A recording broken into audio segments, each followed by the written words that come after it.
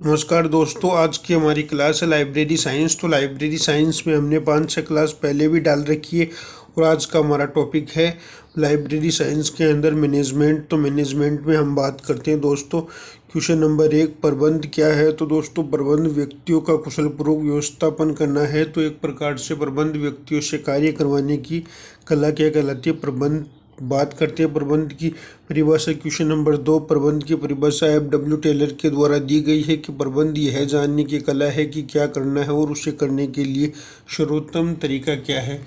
तो वो क्या कहलाता है? प्रबंध। जैसे मान लो आप कोई भी काम करते हैं तो उसमें करने के लिए जो सर्वोत्तम तरीका और जो कार्य करने की कला क्या कहलाती है? प्रबंध।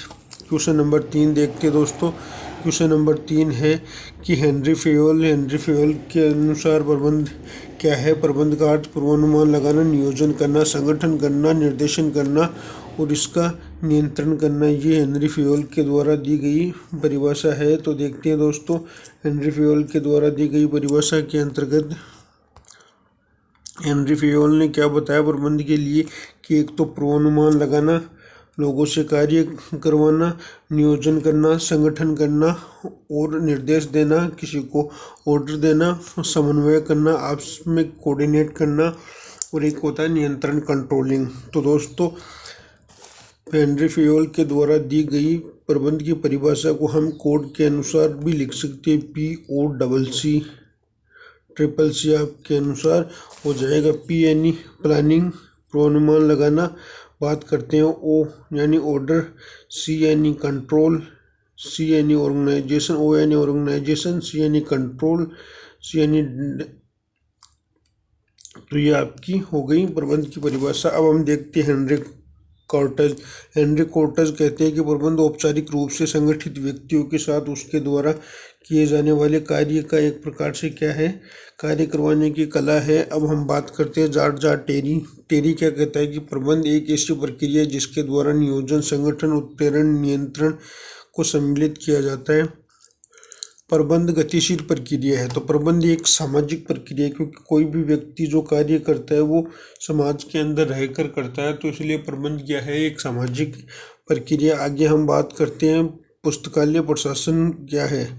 पुस्तकालय प्रशासन दोस्तों, पुस्तकालय में किसी भी कार्य को करने के लिए पुस्तकालय में जो भी व्यवस्था की जाती है उसे पुस्तकालय प्रबंध कहते हैं। आगे देखते हैं दोस्तों,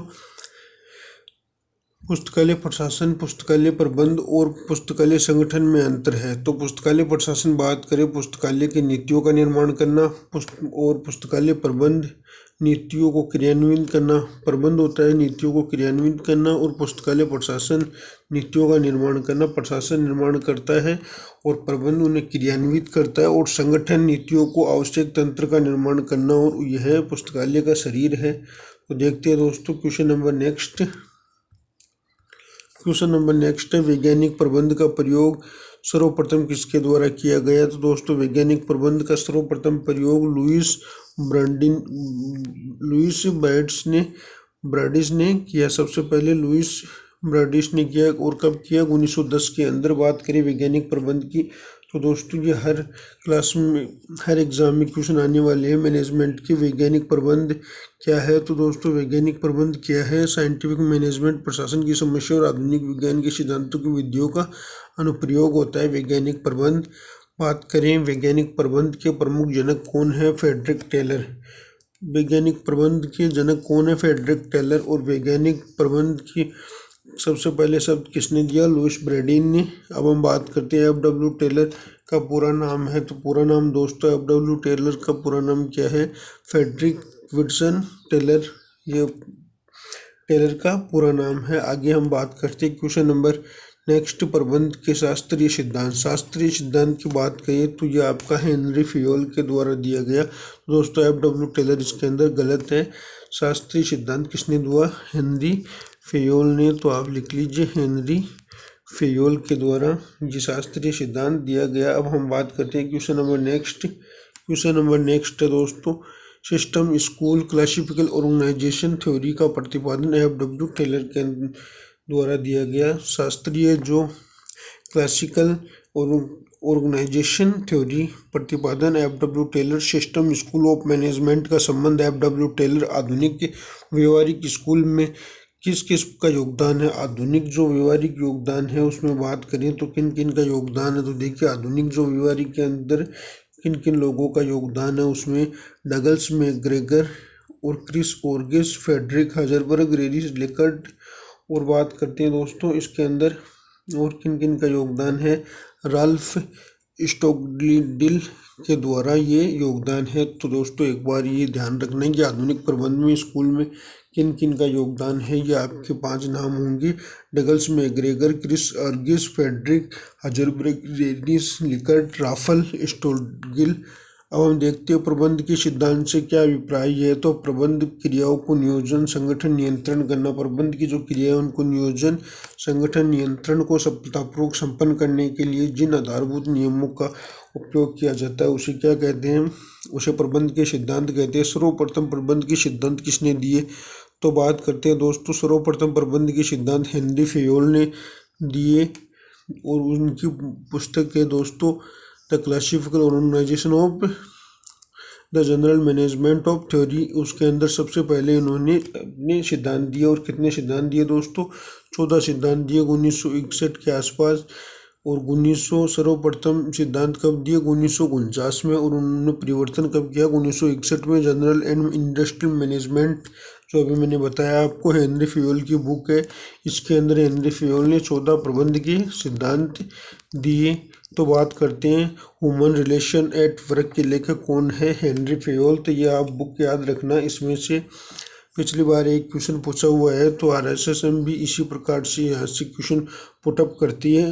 बात करते हैं हेनरी फेयोल का संबंध किस विचारधारा से है, दोस्तों ये शास्त्रीय विचारधारा है। बात करें शास्त्रीय विचारधारा क्या है, जो पारंपरिक विचारधाराएं होती है उन्हीं के आधार पर प्रबंध के 14 कार्यों से संबंधित शास्त्रीय विचारधारा दी गई। हेनरी फेयोल का संबंध किससे है, तो दोस्तों ये मानव व्यवहार से संबंधित है। हेनरी फेयोल का जन्म की बात करें तो 1841 में इनका जन्म हुआ और 1925 में इनकी मृत्यु हुई। तो दोस्तों ये आप याद रखिए 29 जुलाई 1841 और मृत्यु 19 नवंबर 1925 के अंदर इनकी मृत्यु हुई। तो आपको ये याद रखना है। बात करें हेनरी फेयोल का संबंध किस देश से है, तो दोस्तों हेनरी फेयोल का संबंध फ्रांस से है।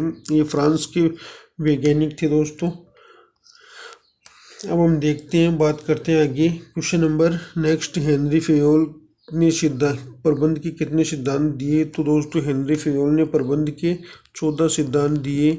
और 14 सिद्धांतों की हम बात करें तो 14 के 14 सिद्धांत इम्पोर्टेंट है। उनमें से 3 सिद्धांत तो आपको हेनरी फेयोल के दिए जाएंगे और एक सिद्धांत अलग से दिए जाएंगे, तो आपको याद रखना है। बात करते हैं हेनरी फेयोल के प्रबंध के कौन कौन से सिद्धांत है, तो कार्य का विभाजन। हेनरी फेयोल ने बताया है कि कार्य का विभाजन इस प्रकार से किया जाना चाहिए ताकि लोगों को अपने कार्य के अनुसार अपनी कार्य क्षमता का यूज किया जा सके। तो कार्य का विभाजन प्रत्येक व्यक्ति को उसके अनुसार कार्य दिया जाना चाहिए, अधिकारियों और जिम्मेदारी। अगर कार्य दिया जाता है तो उस कार्य के लिए उन्हें अधिकार और जिम्मेदारी देना भी जरूरी है ताकि वह कार्य को समय पर पूरा कर सके। अनुशासन, अनुशासन कहता है कि 14 सिद्धांतों में अनुशासन बहुत इम्पोर्टेंट है। अगर अनुशासन ही नहीं है तो वो सिद्धांत किसी काम के नहीं है दोस्तों। तो अनुशासन सबसे इम्पोर्टेंट सिद्धांत माना जाता है हेनरी फेयोल का। बात करते हैं कमांड की एकता, तो किसी भी कार्य को देने के लिए कमांड होनी चाहिए, आदेश जरूर होना चाहिए। अगर आदेश के अनुसार वह कार्य नहीं है, और दोस्तों आदेश की एकता का मतलब होता है कि एक व्यक्ति को एक ही व्यक्ति द्वारा आदेश दिया जाना चाहिए। कि मान लो एक व्यक्ति को कार्य करने के लिए कोई आदेश दिया जा रहा है, कमांड दिए जा रही है और उसी समय उसे दूसरे व्यक्ति द्वारा आदेश दिया जा रहा है, तो वह कार्य समय पर नहीं कर सकेगा। इसलिए एक व्यक्ति को एक ही व्यक्ति द्वारा आदेश दिया जाना चाहिए और उसी के अनुसार वह कार्य करता है ताकि कार्य में एकता ला सके। बात करते हैं दिशा की एकता। दिशा मतलब होता है कि प्रबंध को फोकस की एकता के बारे में बताया गया है कि कर्मचारियों को समान गतिविधियों को वितरित करते हैं जिनसे समान उद्देश्यों से जोड़ा जा सके। तो एक ही व्यक्ति द्वारा आदेश, एक ही व्यक्ति द्वारा निर्देश दिया जाना चाहिए। तो ये दिशा का सिद्धांत होता है आपका निर्देश से संबंधित। बात करते हैं क्वेश्चन नंबर नेक्स्ट आगे, सिद्धांत छठा सिद्धांत है कि व्यक्तियों के हितों की अधीनता। एक हितों की मतलब व्यक्ति को जो प्रबंध के सिद्धांतों में ये इम्पोर्टेंट होता है कि दोस्तों व्यक्तिगत हित की अधीनता होनी चाहिए। व्यक्तिगत हित की अधीनता के अनुसार वो सर्वोपरि हित होना चाहिए कि प्रबंध लोगों के अपने कार्य में रुचि ले सके। इसलिए सर्वोपरि सिद्धांत होना चाहिए। वो क्या होना चाहिए? व्यक्तिगत हित की अधीनता होनी चाहिए कि व्यक्तियों को अपनी राय जानने का अधिकार होना चाहिए। पारिश्रमिक जो भी कार्य दिया जाता है उनसे संबंधित पारिश्रमिक का भी निर्धारण किया जाना चाहिए ताकि वह अपना कार्य समय पर कर सके और कार्य में रुचि बनी रहे। केंद्रीकरण और विकेंद्रीकरण। केंद्रीकरण होता है किसी चीज कार्य का एक जगह केंद्रीकरण करना और विकेंद्रीकरण कार्य को चारों तरफ फैलाना। तो दोस्तों प्रबंध का केंद्रीकरण का मतलब होता है कि एक जगह जैसे कोई अधिकारी है अपने पास ही कोई कार्य रखता है। और एक होता है विकेंद्रीकरण। तो सबसे इम्पोर्टेंट उन्होंने बताया है कि कार्य का विकेंद्रीकरण होना चाहिए ताकि जो उच्च अधिकारी से निम्न अधिकारी तक कार्य का कम्युनिकेशन हो सके। अब हम बात करते हैं श्रृंखला चेन। श्रृंखला चेन होती है कि दोस्तों एक कार्य को इस प्रकार से होना चाहिए कि ऊपर से नीचे तक, जैसे मान लो यहाँ कोई व्यक्ति है तो यहाँ के व्यक्ति से भी कोऑर्डिनेट कर सके। जैसे मान लो ऊपर है ये श्रृंखला है और श्रृंखला के अनुसार एक व्यक्ति इससे कोऑर्डिनेट करेगा। जरूरत नहीं है कि यहीं से कोऑर्डिनेट करे, वो इस व्यक्ति से भी कोऑर्डिनेट कर सकता है। तो कार्य का विभागों में इस प्रकार समन्वय हो कि श्रृंखला चेन के रूप में सभी से आपस में डिस्कस किया जा सके। तो ये दोस्तों इम्पोर्टेंट है श्रृंखला चेन। इसमें हर बार एक क्वेश्चन पूछा जाता है श्रृंखला चेन से संबंधित आदेश की एकता। तो एक व्यक्ति को किसी भी कार्य के लिए एक ही व्यक्ति द्वारा आदेश दिया जाना चाहिए और एक ही स्थान पर एक ही जगह उसको आदेश दिया जाना चाहिए। समानता। कार्य करने के लिए दोस्तों सभी व्यक्तियों को समान रूप से व्यवहार किया जाना चाहिए ताकि वह अपने कार्य को समय पर पूरा कर सके। तो दोस्तों ये इम्पोर्टेंट है आपकी कार्य में समानता होनी चाहिए। कमियों के कार्य काल की स्थिरता। यह प्रबंध सिद्धांत कमियों की तैनाती और प्रबंध के प्रतिनिधित्व करता है और प्रबंध सिद्धांतों के अनुसार लगातार परिवर्तन और पर्याप्त विकास किया जा सके। पहलपन। सिद्धांतों के अनुसार यह भी बताया हेनरी फेयोल ने कि प्रबंध के जो कार्य है उसमें पहल की भावना ऊंची होनी चाहिए कि जैसे कर्मचारियों को या अधिकारी कर्मचारियों को कार्य देता है तो उनमें पहल की भावना होनी चाहिए कि कार्य को जल्दी से जल्दी किया जा सके। Esprit day crops. Esprit day crops दोस्तों इम्पोर्टेंट है। इसमें हर बार ये डायरेक्ट डालता है। एस्प्रिट डे क्रोप्स किसके द्वारा दिया गया है? ये हेनरी फेयोल के द्वारा दिया जाता है। प्रबंध का सिद्धांत एस्प्रिट डे क्रोप्स का मतलब होता है कि कर्मचारियों की भागीदारी और एकता के लिए प्रयास करना है। कि एस्प्रिट डे क्रोप्स का मतलब होता है कर्मचारियों की भागीदारी अधिकाधिक हो ताकि वह अधिकाधिक रुचि से कार्य कर सके। विश्वास पैदा हो। विश्वास का माहौल बने कर्मचारियों के बीच। यह टीम भावना को बढ़ावा देने और संगठन की सद्भावना का विकास निर्माण करने में उपयोगी है। तो दोस्तों ये आपके लिए इम्पोर्टेंट एस्प्रिट डे क्रोप्स। ये आया हुआ क्वेश्चन है, एक बार पूछा भी था। हम देखते हैं दोस्तों क्वेश्चन नंबर नेक्स्ट। सर्वप्रथम प्रबंध के कार्यों को 1916 में किसने दिया? तो हेनरी फेयोल ने प्रबंध के कार्यों को सर्वप्रथम 1916 के अनुसार दिया।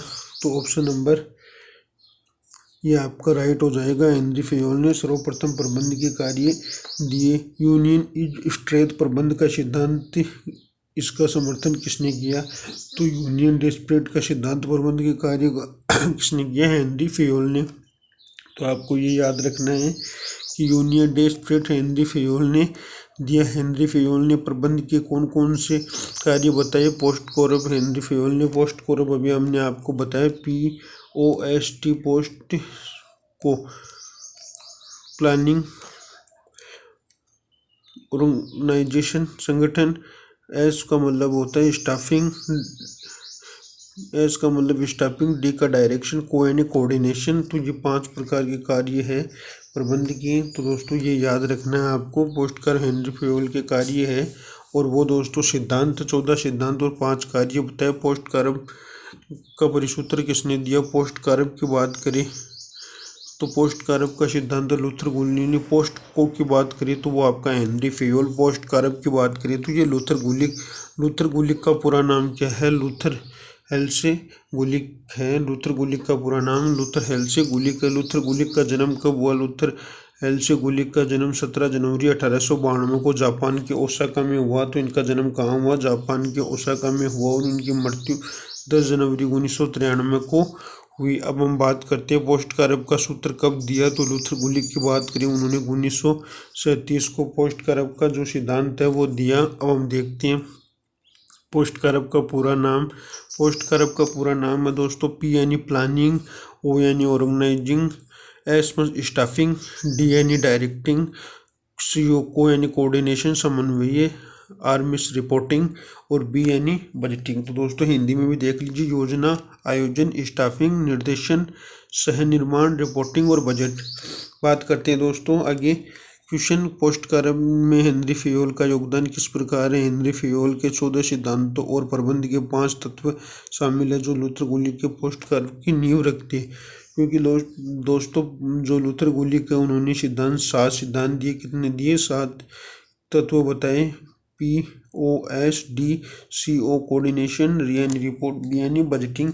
और अब हम बात करते हैं क्वेश्चन नंबर नेक्स्ट, प्रबंध के स्तर कितने होते हैं। तो दोस्तों प्रबंध के 3 स्तर होता है। सबसे ऊपर होता है शीर्ष प्रबंध, दूसरी बात करते हैं मध्यम स्तर का प्रबंध, तीसरी होती है पर्यवेक्षीय प्रबंध। अब हम देखते हैं क्वेश्चन नंबर नेक्स्ट, किस प्रकार का प्रबंध संगठन के कल्याण और अस्तित्व के लिए जिम्मेदार है। तो दोस्तों शीर्ष प्रबंध है वो कल्याण और अस्तित्व के लिए जिम्मेदार है। कौन से प्रबंध शीर्ष प्रबंध पर्यवेक्षी प्रबंध के बीच कड़ी के रूप में कार्य करता है। तो मध्य प्रबंध होता है जो शीर्ष पर्यवेक्षक और शीर्ष प्रबंध तीन दोनों के बीच कार्य करता है। तो देखिए दोस्तों हम बात करते हैं, एक तो होता है शीर्ष प्रबंध, एक होता है पर्यवेक्षीय प्रचालन प्रबंध। पर्यवेक्षीय जो मतलब छोटे प्रकार के सारे कार्य हैं ऑफिस के अंदर या विभाग के अंदर वो करते हैं। और इन दोनों के बीच जो कोऑर्डिनेशन समन्वय करता है वो कौन करता है? मध्य प्रबंध द्वारा इनके बीच समन्वय किया जाता है। अब हम देखते हैं क्वेश्चन नंबर नेक्स्ट, किस प्रकार का प्रबंध संगठन के कल्याण और अस्तित्व कार्य करता है। तो ये आपका शीर्ष प्रबंध हो जाएगा और कोऑर्डिनेशन का काम मध्य प्रबंध हो जाएगा। कौन सा प्रबंध का स्तर क्रियाकलापों को निर्वहन, निरीक्षण और निर्देशन में उत्तरदायी होता है। तो जो क्रियाओं का निर्वहन, निर्देशन होता है वो किसके द्वारा किया जाता है? ये आपका मध्य प्रबंध के द्वारा किया जाता है, ऑप्शन नंबर। तो अब हम बात करते हैं क्वेश्चन नेक्स्ट, कौन सा प्रबंध दैनिक कार्य। दैनिक कार्य के लिए दोस्तों पर्यवेक्षीय जो प्रबंध होता है उनके द्वारा दैनिक कार्य किया जाता है। तो दोस्तों कैसी लगी हमारी क्लास। इसी प्रकार हम रोजाना आपके लिए लाइब्रेरी साइंस से संबंधित 50 से 40 क्वेश्चन डेली आपको करवाएंगे। तो दोस्तों हमारी सीरीज ये आज की 1 लाइनर सीरीज थी और उसके बाद हम आपको एक अलग से क्लास डालेंगे जिसमें RSSMB के पेपरों का विश्लेषण भी हम आपको करवाएंगे। तो दोस्तों हमें 2-3 महीने की क्लासें रहेगी आपको लाइब्रेरी साइंस की। तो दोस्तों कंटिन्यू हमारी क्लास लीजिए और जो भी आपको डाउट लगे और कोई टॉपिक हो तो आप कमेंट बॉक्स में डाल सकते हो। जो आपको हार्ड लगे वो हम आपको पहले करवा देंगे। बाकी हमारी सीरीज इसी प्रकार रोज़ाना आपके लिए कंटिन्यू डालती रहेगी। तो दोस्तों लाइक एंड सब्सक्राइब करना ना भूलिए। थैंक यू दोस्तों।